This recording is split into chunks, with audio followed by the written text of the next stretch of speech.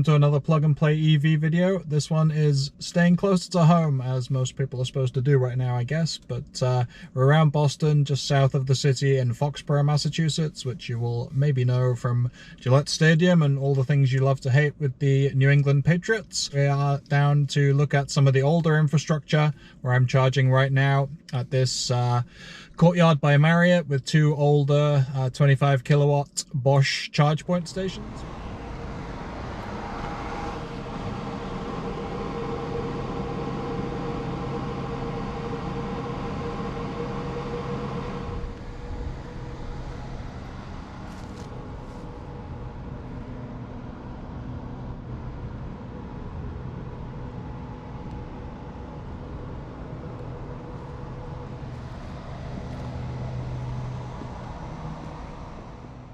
It's also part of the Charge Now network, which is dated, but is part of the BMW i3 promotion. As far as I recall, these are CCS only, so this would have been only benefiting the few cars that were with CCS at the time, around 2015, 2016, but they've blanketed the East Coast with these slower, but still usable, serviceable units. But we're going to look today at an Electrify America station that's going in a Bank of America in Foxborough, Massachusetts, and also over at another site where another 4 charge point stations, but this time Charge Point Express units are going in. So contrasting the older kind of infrastructure that went in 4 or 5 years ago with the newer stuff that's going in now, as well as Electrify America and the high-speed stations.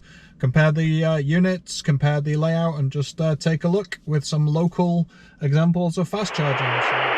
Okay, so just before we start this video looking at some charging infrastructure developments south of Boston, just wanted to make a note on the an update really on the Chevy Bolt EV recall for the 2017 to 2019 model years.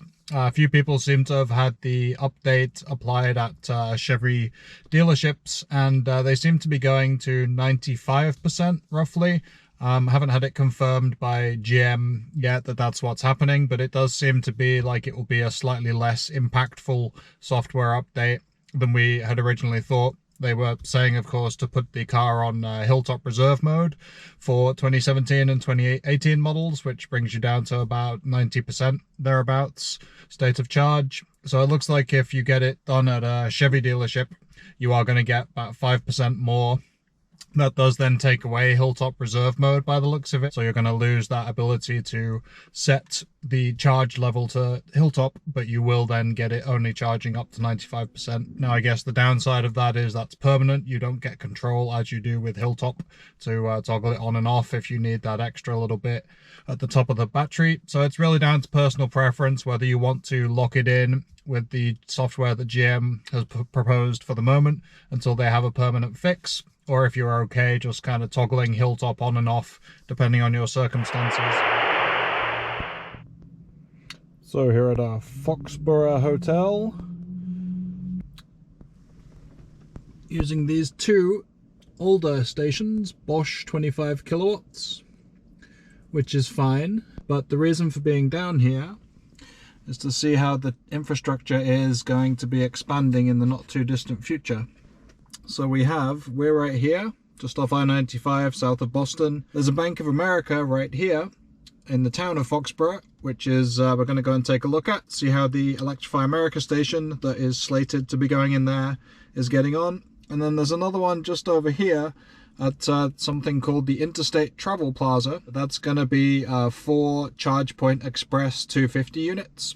So a significant upgrade on this site, and even kind of comparable with the Electrify America site, which will probably have 4 150 kilowatt stations. But I don't know how far either of these are along. This one in Bank of America has absolutely no updates on PlugShare. The other one, it shows that the units are in the ground, but I don't know how much work has been done on them since. So we are just adding a few miles here because it's free and easy. And also to compare, this is the past. These have been in here for several years. Obviously 25 kilowatts is only really good for longer breaks and staying overnight, no problem, although it makes more sense to have a level 2. But this is looking at these, and then we'll see what the future will be with these 2 new stations going in. We'll finish juicing up and get on the road.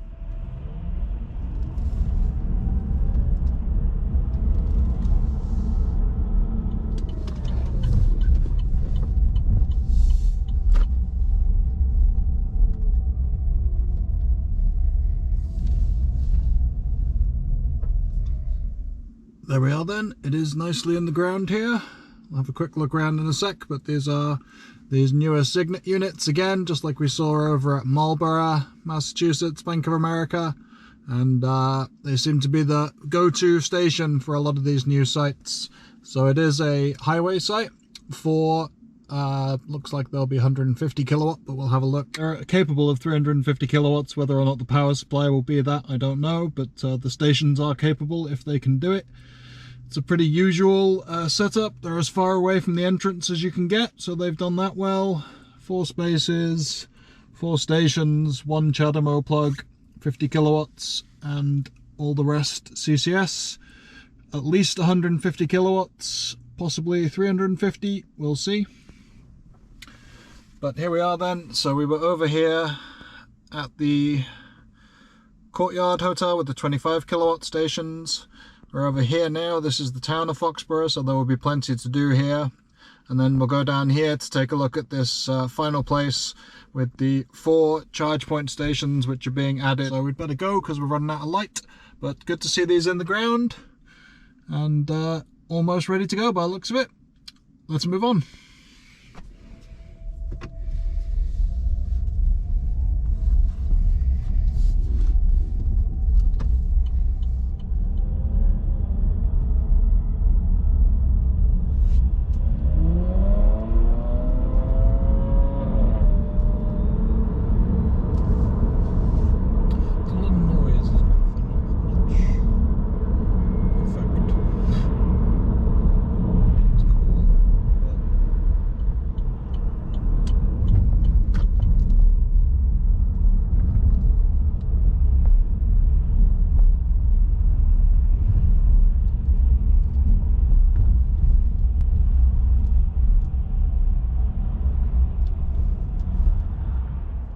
So it probably won't be the best here because of the low light now, but you can see there in the background next to all the construction equipment and over by the road, 4 charge point express, 250 units. Not sure if I'll be able to get over there and have a look around.